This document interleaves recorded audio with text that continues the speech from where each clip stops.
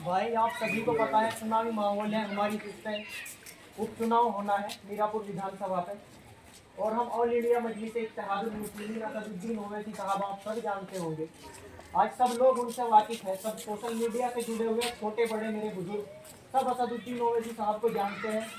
आज हिंदुस्तान के अंदर मुसलमान पर जहाँ कहीं जुल्म ज्यादती की जाती है तो आपकी एक वाहिद आवाज असदुद्दीन ओवैसी साहब है जो आप सुनते होंगे। पार्लियामेंट के अंदर हो, सड़क पर हो, सदन में हो, आपकी आवाज अगर कोई उठाता है तो वो असदुद्दीन ओवैसी साहब है।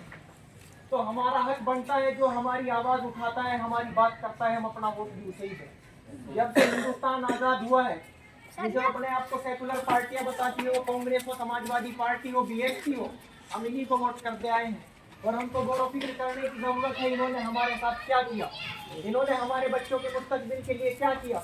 ये हमको एक लॉलीपॉप पकड़ाते हुए आए आजादी से लेकर अब तक। कभी ये हमारी इफ्तार पार्टियों में टोपी लगाकर शामिल हो जाते हैं, हम उसी पे इनका नारा मार देते हैं मुला मुलायम सिंह यादव।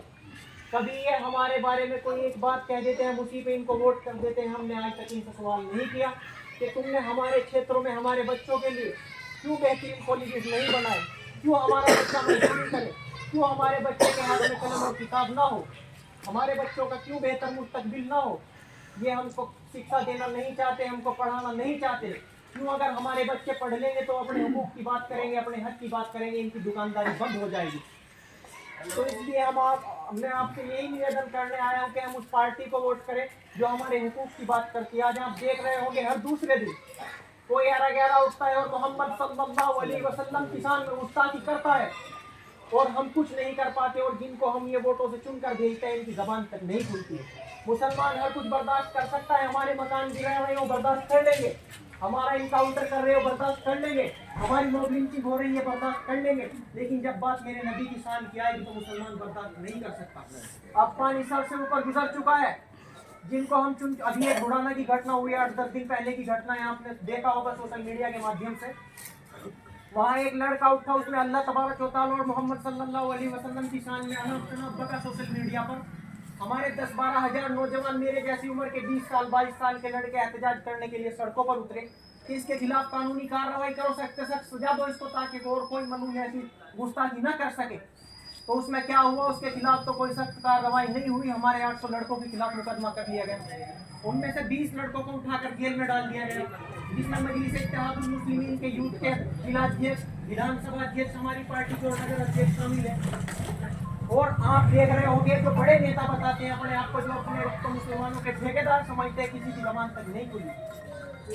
तो हमारे वोट का हकदार, आप मस्जिद के सामने खड़े और नमाज पढ़ के निकले हो, बताओ हमारे वोट का हकदार वो है जो हमारी शरीयत के बारे में बोलता हो। जब हिजाब की बात आती हो तो वो हम असदुद्दीन ओवैसी बोलता है, एनआरसी की बात आती है असदुद्दीन ओवैसी बोलता है, वक्फ की बात आती है असदुद्दीन ओवैसी बोलता है।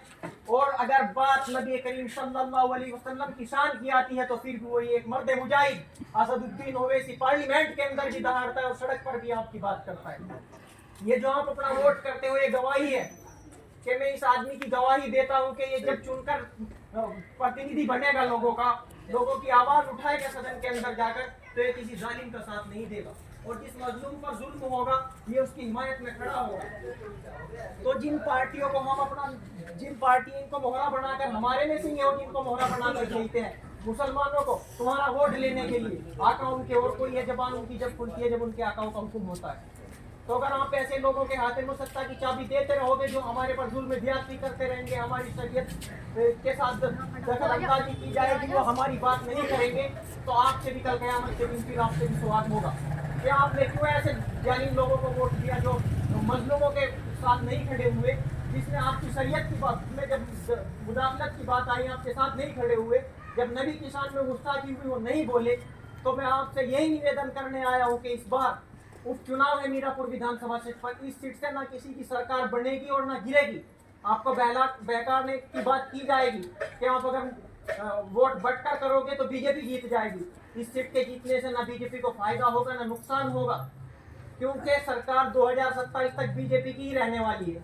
लेकिन जो आपको अछूत समझा जा रहा है हिंदुस्तान की राजनीति में, आपकी कितनी तादाद है उत्तर प्रदेश के अंदर? 17% आप हो। 7% यादव है, हमारा ठेकेदार वो बना हुआ है। वोट हमारी और लीडरशिप इसलिए नहीं चलने देंगे। 1.5 लाख वोट मीरापुर विधानसभा के अंदर हमारी है, तो लीडर भी हमारा ही होगा। असदुद्दीन ओवैसी को हम अपना एक वोट देने का काम करें, इनकी आंख खुल जाए ताकि 2027 में हमसे गठबंधन करें।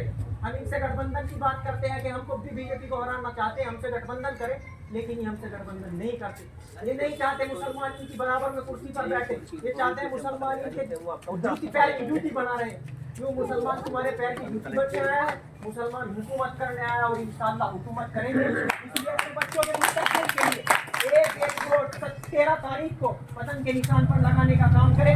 किसी के बहकावे में ना आए और अपनी जिम्मेदारी समझे। हर आदमी अपनी जिम्मेदारी समझे अपने बच्चों के मुस्तकबिल के लिए।